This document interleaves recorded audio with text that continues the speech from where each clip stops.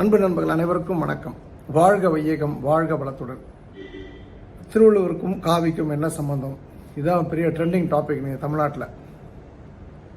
அதுக்கு தமிழ்நாட்டுடைய ஆக சிறந்த கவிஞர், இந்தியாவோட ஆக சிறந்த கவிஞர், வருங்கால அமெரிக்க ஜனாதிபதி கஞ்சா வைரமுத்து அவர்கள் ஒரு கேள்வி கேட்டிருக்கார். ஆளுநர் குடியிருக்கும் மக்கள் மாளிகைக்கு சில கேள்விகள். திருவள்ளுவர் காற்றை போல் பொதுவானவர், காற்றுக்கு ஏன் காவி பூச்சு. திருவள்ளுவர் மானுடத்தின் பொது சொத்து, வள்ளுவன் தன்னை உலகினுக்கே தந்து என்று பாரதியால் பொதுமைப்படுத்தப்பட்ட புலவனுக்கு திருநீறு என்ற உள்ளூர் அடையாளம் எதற்கு? தர்மார்த்த காம மோட்சம் என்ற நாற்பொருளிலிருந்து விடுபட்டு அறம்பொருள் இன்பம் என்ற முப்பொருளை மட்டுமே முன்னிறுத்தி உனக்கு ருத்ராட்சம் என்ற உருட்டு மாலை தேவையா? அண்டமங்கும் விரிந்திருக்கும் ஆகாயம் என்று கருதப்படும் வள்ளுவரை மதம் என்ற சின்ன சிமிழுக்குள் அடக்குவது வரலாற்றின் வழி இல்லையா? மெய் தமிழர்கள் மீண்டும் மீண்டும் எதிர்கொண்டிருக்க ஆளுநர்கள் மீண்டும் மீண்டும் அதே செயலை செய்வது உங்கள் அதிகாரத்தால் எங்களை காயப்படுத்துவது ஆகாதா? அன்பு கூர்ந்து நிறுத்திக் கொள்ளுங்கள், தாங்க மாட்டார்கள் தமிழர்கள், வள்ளுவரை வாழ விடுங்கள் அப்படின்னு தலைவர் வைரமுத்து ஒரு ட்வீட் பண்ணியிருக்காரு. அதுக்கு ஒரு பதில் கொடுக்கணும் இல்லையா? அதுக்கு என்னன்றதை நான் சொல்லிடுறேன். ரொம்ப சரி வைரமுத்து, யாரும் சொந்தம் கொண்டாட முடியாது என்றால் திருவள்ளுவருடைய வெள்ளைக்குள் அடைக்கும் உரிமையை யார் கொடுத்தது? ஒன்று. அறம் பொருள் இன்பம் வீடு ஊழ் என்ற தத்துவம் எந்தெந்த மரபில் உள்ளன என்று வரிசைப்படுத்துவோம். வள்ளுவர் சொன்ன அறத்தில் புலால் மறுத்தல், கல் உண்ணாமை, சூது எனும் தீமை, பிறனில் விழையாமை, வரைவின் மகளிர் தேடாமை, இதையெல்லாம் கடைபிடிக்கின்றீர்களா? உங்கள் மதம் இதை சொல்கின்றதா? உங்கள் தலைவர்கள் இதை கடைபிடிக்கின்றார்களா? முதலில் இதையெல்லாம் பின்பற்றாத யாருக்கும் இங்கே உடை ஆராய்ச்சி செய்யவோ பிரிவினை பேசவோ அருகதே இல்லை. தினம் தினம் திருக்குறளை அவமதிக்கும் வகையில் வாழ்பவர்கள் முதலில் திருந்துங்கள் அப்படின்னு சொல்லிட்டு ஒரு பதில் நான் சொல்லணும்னு ஆசைப்படுறேன். ரெண்டாவது பதில்,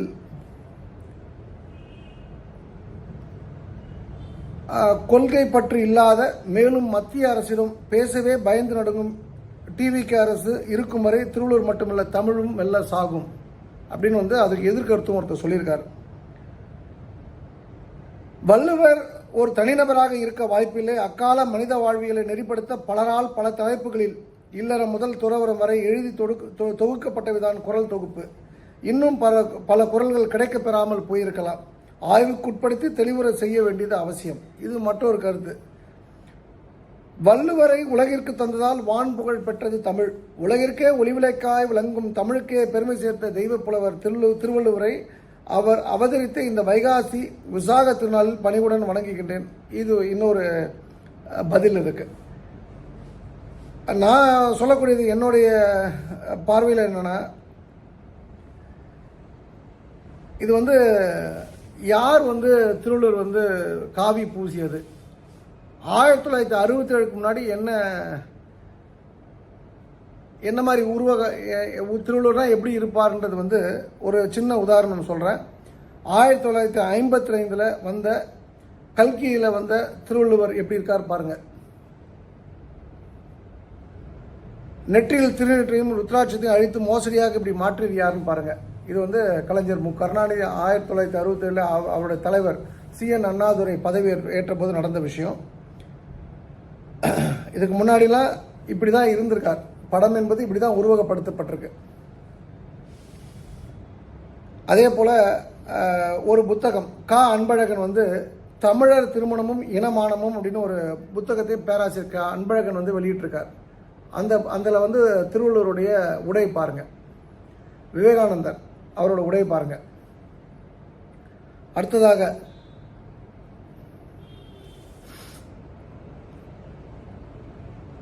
நான் பேச வேண்டிய விஷயம் என்னன்னா, இது ரொம்ப முக்கியமானது. இதில் என்னுடைய தரப்பில் நான் சொல்ல வேண்டிய சில விஷயங்களும் இருக்கு. அந்த திருக்குறள்லாம் அவர் சொல்லி இருக்கிற இந்த கடவுள் எல்லாம் யார் என்று சொல்ல முடியுமா? ஒன்று, இந்திரன், கிங் ஆஃப் ஹெவன்ஸ். குறள் நம்பர் 25,899. லக்ஷ்மி தமிழ் நேம் வந்து செய்யாள். குரல் எண் வந்து 84 167 179 617 920. மூதேவி குரல் எண் வந்து 167 617 936. Elder sister of Lakshmi. Thiruvikraman குரல் எண் வந்து 610 1103 1258. சிவன் குரல் எண் வந்து 9580. பிரம்மா குரல் எண் 377 1062. யமன் குரல் எண் வந்து 326 1050 1083 1085. தேவர்கள் குரல் எண் வந்து 18 25 86 346 906 1073. இதில் வந்து இது போல் நிறைய விஷயங்கள் நம்ம சொல்லலாம். இதெல்லாம் வந்து நம்முடைய கடவுள்களை பற்றிலாம் சொல்லியிருக்கு. அப்போ வந்து திருவள்ளுவர் நிச்சயமாக இந்து மதத்துக்கான ஒரு கடவுள் தான். இதில் நான் வந்து எந்த இடத்துல நான் வந்து ஒரு ஒரு ஒரு விஷயத்த சொல்கிறேன்னா, இதில் இன்னொரு முக்கியமான விஷயம் இருக்குது.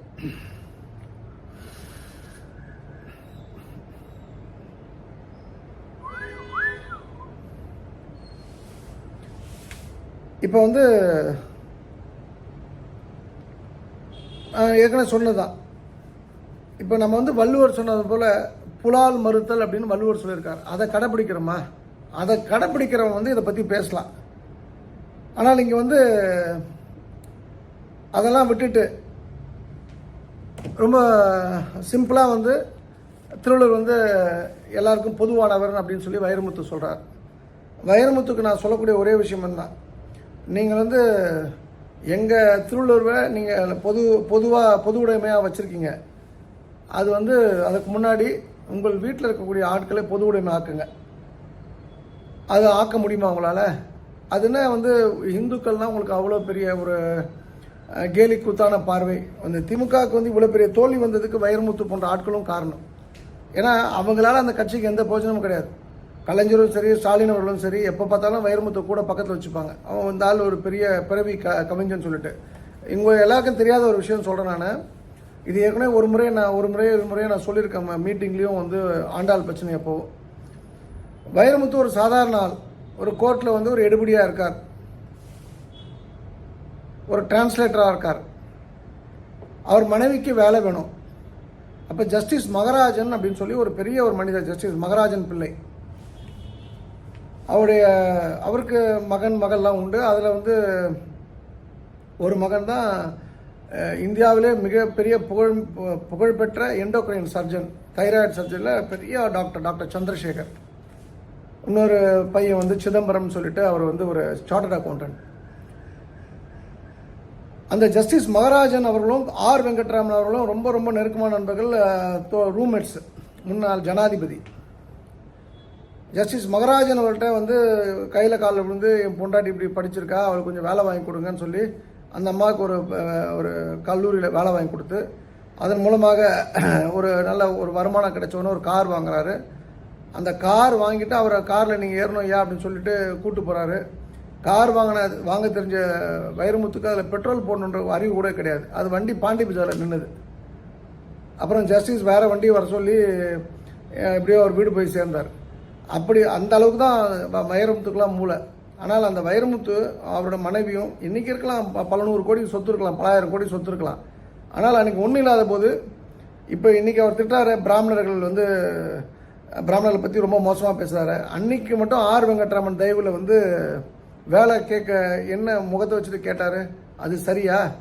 இப்போ வைரமுத்துக்கு ஒரு நியாயம்னா அவர் என்ன வேணால் போவார், என்ன எக்ஸ்ட்ரீமுக்கு வேணால் போவார்ன்றது வந்து நல்ல விஷயம் இல்லை. ஸோ இது வந்து வைரமுத்துக்கு நான் கடும் கண்டனத்தை தெரிவித்துக் கொள்கிறேன்.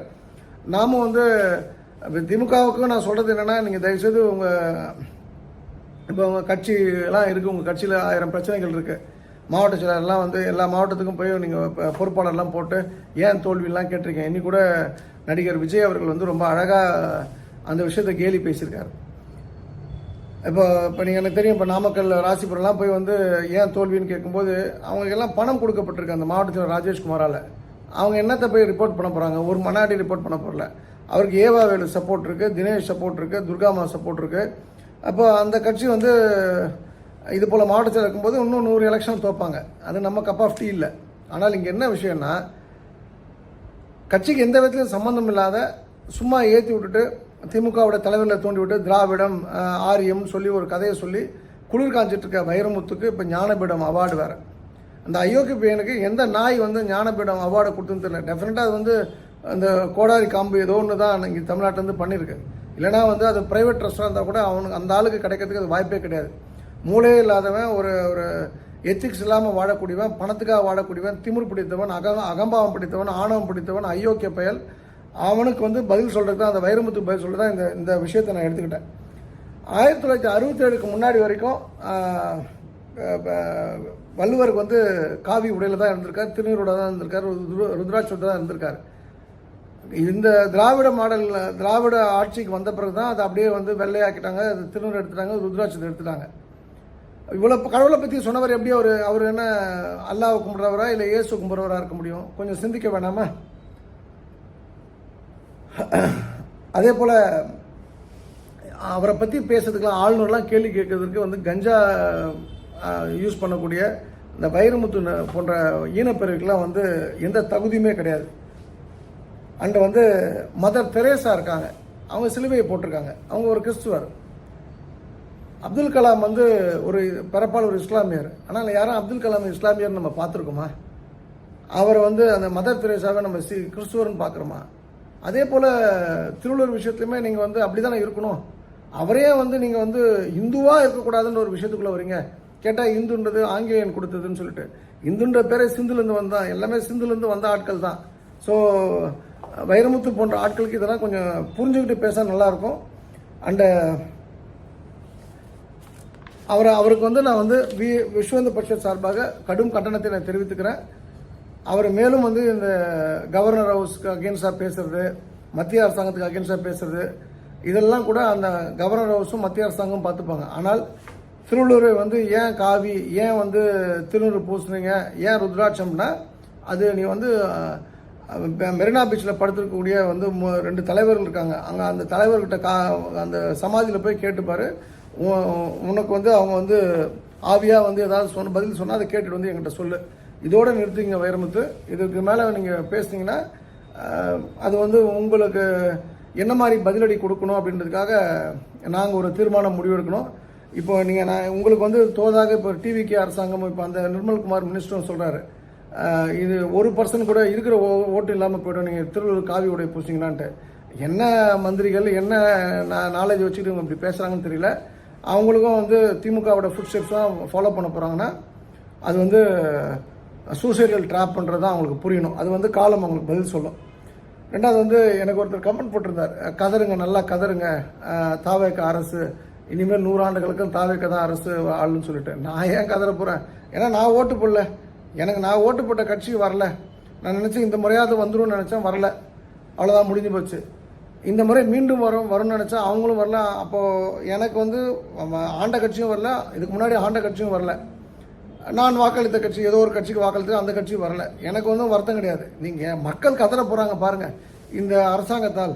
ஏன்னா எந்த ஒரு செயல் திட்டமும் கிடையாது. எது கேட்டாலும் வந்து இப்போ ஆர்பிஐ பற்றி பேசியிருக்காங்க, எல்லா கேட்ஸும் க்ளோஸ்டு, இப்படி விட்டுட்டு போயிருக்காங்க. இதெல்லாம் தெரிஞ்சுதானே நீங்கள் தேர்தல் அறிக்கை கொடுத்துருக்கணும். ஏற்கனவே வந்து மின்சார விஷயத்தில் ஒரு ஃபெயிலியரு, நம்பர் 2 வந்து விவசாய கடன் தள்ளுபடியில் ஒரு ஃபெயிலியரு, கொடுத்த வாக்கை காப்பாற்ற முடியாது. நான் வந்து தமிழ்நாடு முழுக்க வந்து பெண்களுக்கு இலவச பஸ் பிரயாணம்னாங்க, இருக்கிற பஸ் பிரயாணத்தை கொடுப்பாங்களா இல்லையான்னு தெரியல.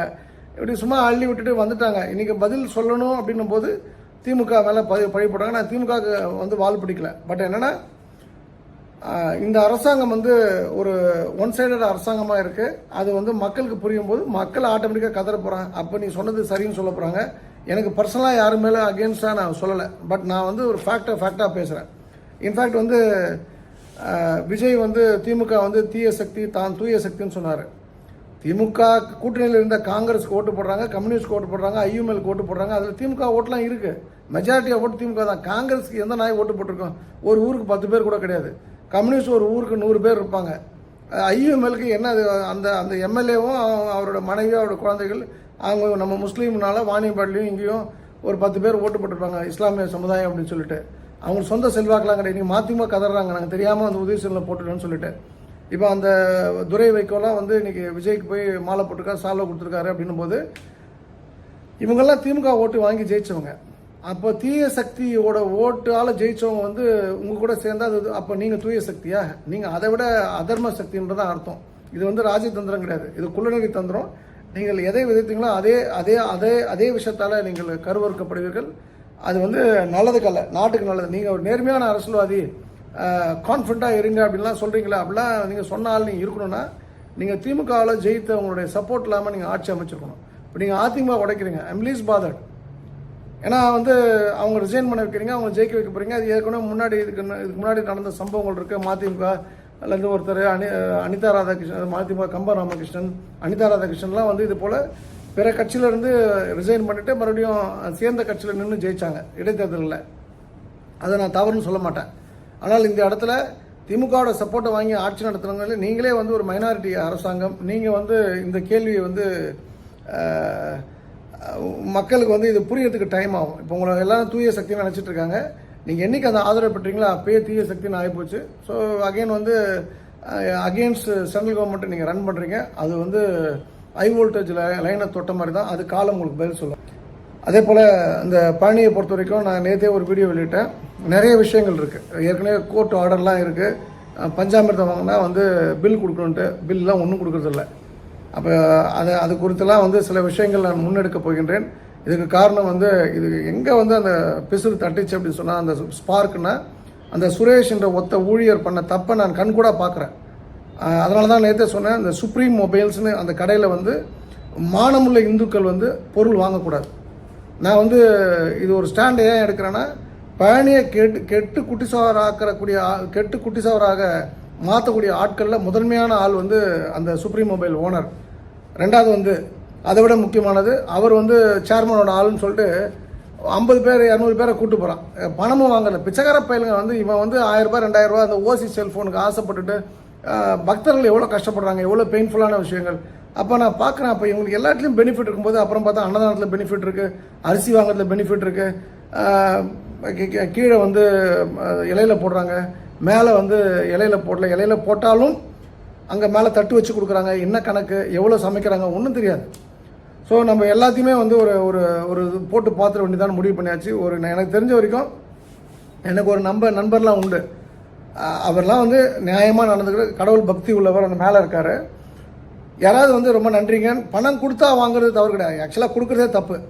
ஆனால் கேட்டு பெற்று அதனால் ஒரு மேலே ஒருத்தன் ஏறுறான், கீழே இறங்கும்போது 50,000 ரூபா 1 லட்ச ரூபா இறங்குறான் அப்படின்னு சொல்கிற தகவல்லாம் இப்போ வருது. ரொம்ப பெயின்ஃபுல்லாக இருக்குது. ஸோ 2 விஷயங்கள் தான். பழனி கோயிலுடைய, அதாவது திருச்செந்தூர் கோயிலையாவது அந்த பிராமணர்கள் அந்த கோயிலை நம்பி இருக்கவங்க, அவங்க வந்து அந்த கோயில் ஊழியர்கள், அவங்க மேலே இவங்க ஆக்ஷன் எடுத்ததே தப்பு. இன்ஃபேக்ட் அங்கே இருக்கக்கூடிய ஊழியர்கள் மேலே ஆக்ஷன் எடுத்துருக்கணும், அங்கே இருக்கக்கூடிய HRNC ஸ்டாஃப் மேலே எடுத்துருக்கணும்.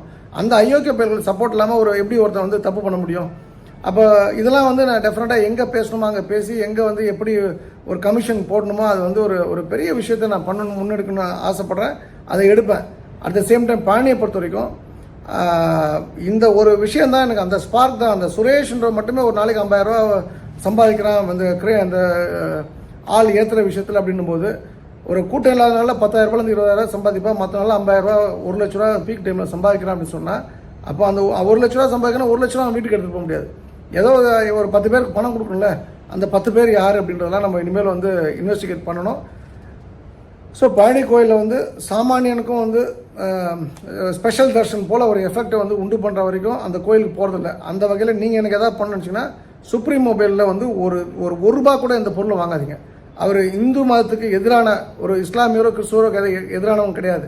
இது போல் இன துரோகிகள் நம்ம இந்து மதத்திலே இருந்துக்கிட்டு இந்து மதத்துக்கு எதிராக தன்னுடைய சொந்த கோயில் போல் பழனி கோயில் ஆக்கி வச்சுருக்கோம் பார்த்தீங்களா. இது போல் அயோக்கியர்களை வந்து நம்ம வந்து டீல் பண்ணுறதை வேறு மாதிரி தான் டீல் பண்ணணும். நம்பர் 2, அந்த நீங்கள் உண்மையிலே வந்து முருகனுக்கு வந்து பயந்து நடக்கிறவங்க அப்படின்னா சுப்ரீம் மொபைலில் ஒரு ரூபா கூட இந்த பொருள் வாங்கக்கூடாது என்பதை நான் பணிவன்புடன் கேட்டுக்கொள்கிறேன். அப்புறம் உங்களுக்கு எங்களுடைய உங்கள் ஏரியாவில் எந்த கவர்மெண்ட் டெம்பிளில் ஏதாவது கோயில்களில் ப்ராப்ளம்னா கூட 98 403 94 600 984039 94600 என்ற நம்பருக்கு தொடர்பு கொள்ளுங்கள்.